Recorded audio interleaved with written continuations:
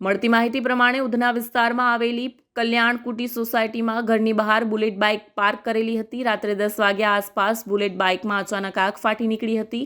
જોતજોતામાં જ આગે વિકરાળ રૂપ ધારણ કરી લીધું હતું, જેના પગલે આગની જ્વાળાઓ સોસાયટીમાં રહેલા ઇલેક્ટ્રિક વાયર સુધી પહોંચી ગઈ હતી.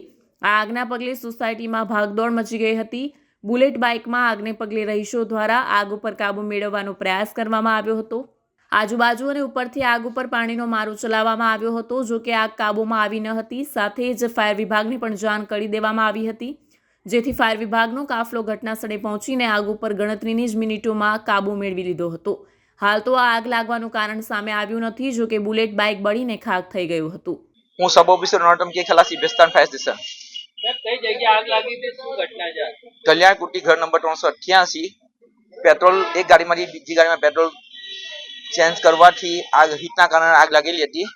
એમાં એક છોકરા દાઝી ગયો હતો. લગભગ 3% જેવું દાઝી ગયેલું છે ડોક્ટરના જણાવ્યા પ્રમાણે.